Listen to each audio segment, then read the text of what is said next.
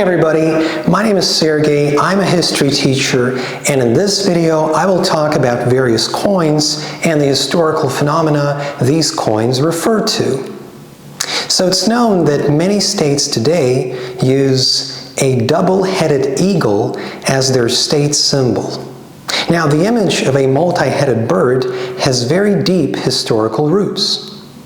Russia borrowed the image of a two-headed eagle as its state symbol from Byzantium, the Eastern Roman Empire. It was created in the 4th century, this empire. On the Italian 50-cent euro coin, the Roman Emperor Marcus Aurelius is depicted sitting on a horse. He ruled in the 2nd century AD, and his sculpture is still in Rome today. An eagle is placed on a German 2 euro coin. This is also a direct borrowing from ancient Rome. So after the collapse of the Western Roman Empire in the second half of the 5th century, various Germanic states emerged from its ruins and began to immediately attack each other.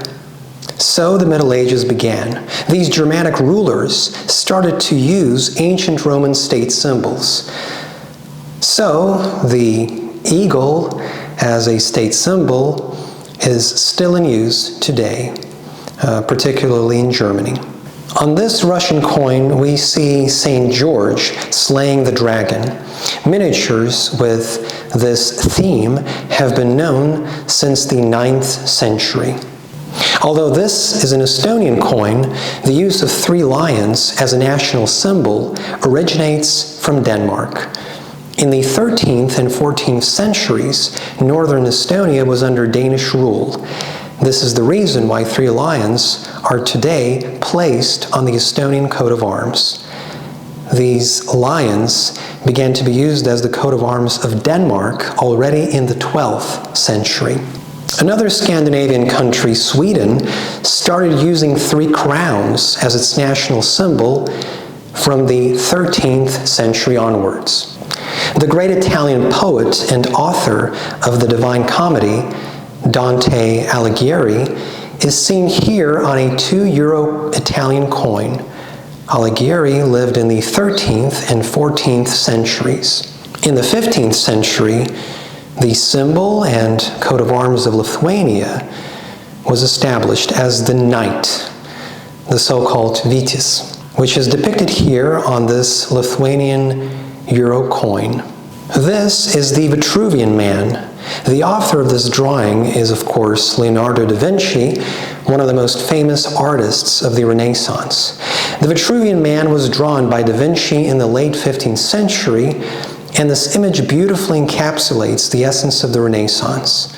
The main idea of the Renaissance is praising the value of a human individual, a certain idealization of the human body in the arts, emphasis on the symmetry and the correct proportions of the human form.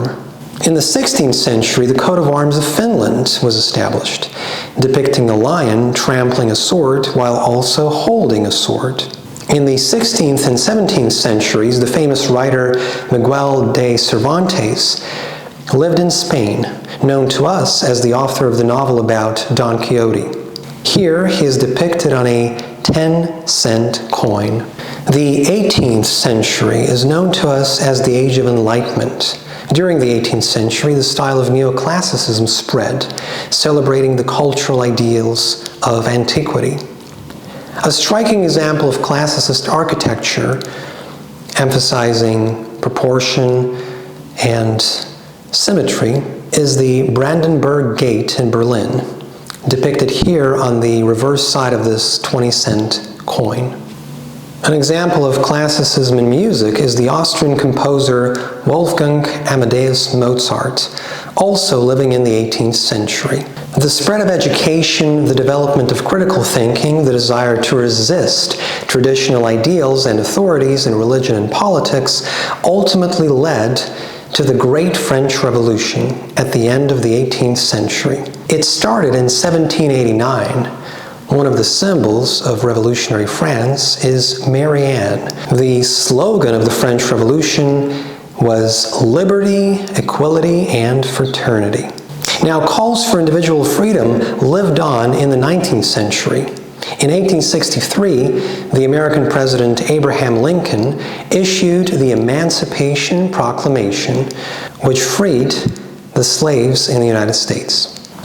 This Greek coin depicts a Greek statesman who lived in the 19th and 20th centuries, Eleftherios Venizelos. In the beginning of the 20th century, there emerged an artistic movement which curiously awaited and even glorified the World War.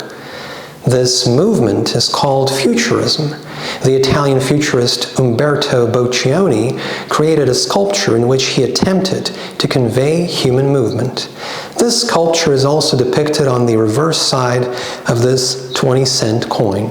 The First World War contributed to the destabilization of major European empires, ultimately leading to their collapse, particularly that of the Russian Empire. Various states began to separate from Russia. In 1918, the trident was adopted as the state symbol of Ukraine. In 1921, this image was adopted as the coat of arms of Latvia, which is now featured on the reverse side of a 20-cent coin. Now, despite the dissolution of Russia as the result of the First World War, in the early 20s, the communists led by Lenin won the Russian Civil War and managed to annex parts of the former Russian Empire. In 1922, the Soviet Union was formed. On this coin, we can see the coat of arms of the Soviet Union. Now, on this last coin in this video, we see a portrait. So in 1939, dictator Francisco Franco came to power in Spain. The Francoist dictatorship lasted in Spain until the mid-1970s. Only in 1979 did Juan Carlos I become the King of Spain, and later, in the 21st century, he abdicated the throne. Here, Juan Carlos I is depicted on a €1 coin. Alright guys, this is it for this video. Thank you very much for watching. Please like and subscribe to my channel, and I'll see you guys in the next video.